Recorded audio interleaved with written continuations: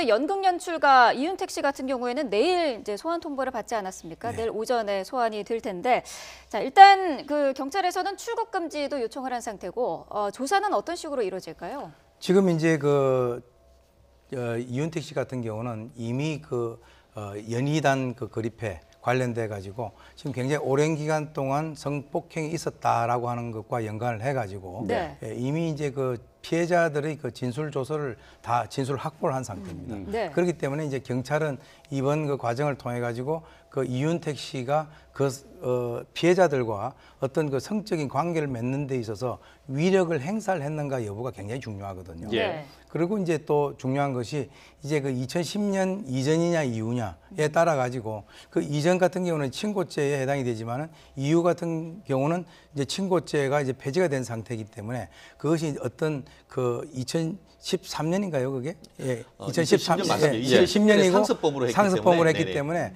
그 상습범이 여러 가지 어떤 정황이 나오면 그것이 나중에 이제 재판 과정에서 형량에 있어서 참고가 될 수가 있는 그런 상황이 되고 있고요. 네. 지금 이제 이윤택 씨를 시작으로 해가지고 현재 경찰에 입건이 돼 있는 사람들이 있고 내사 중에 있는 사람들이 있고 지금 사실 확인 중에 있는 사람들이 있고 지금 세 개 부류로 나눠져 있거든요. 그래서 그것이 이제 최초에 미투와 연관돼 가지고 이제 수사의 개시를 의미한다. 그렇게 이제 볼 수 있겠습니다. 네. 뭐 이윤택 씨도 그렇고 안희정 전 지사도 그렇고 말이죠. 혐의가 적용이 되는 게 이제 위력 또는 위계에 의한 간음 뭐 이런 혐의가 얘기가 나오는데 위력이나 위계 이걸 정확하게 뜻을 좀 한번 밝혀주셔야 될 것 같아요. 그렇습니다. 위계란 것은 속이는 겁니다. 그런데 그렇게 여기 같은 경우에는 권력 관계에 있는 미투는 권력 관계이기 때문에 이거는 위계 속이는 것이 아닌 위력, 그러니까 정치적 지위나 사회적 지위 그리고 고용 관계의 갑적 지위를 이용을 해서 여성의 성을 착취하는 것이 위력에 의한 간음 내지는 위력에 의한 성추행이 되는 것 같은데요.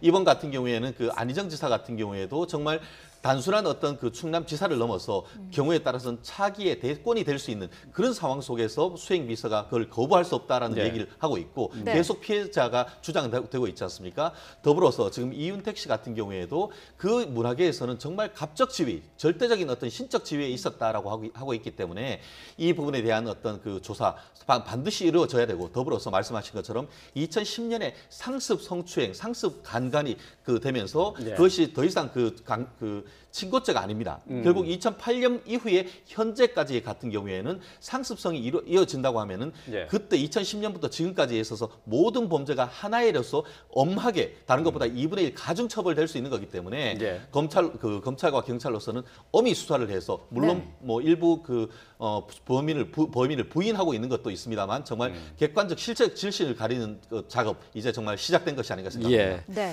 자, 이윤택 씨는 내일 오전에 이제 경찰청에 나와서 조사를 받게 되는데요. 나오면서 어떤 얘기를 할지도 궁금합니다. 자, 미투 운동까지 살펴봤습니다. 오윤성 순천향대 경찰행정학과 교수 최진영 변호사와 함께 짚어봤습니다. 고맙습니다. 고맙습니다.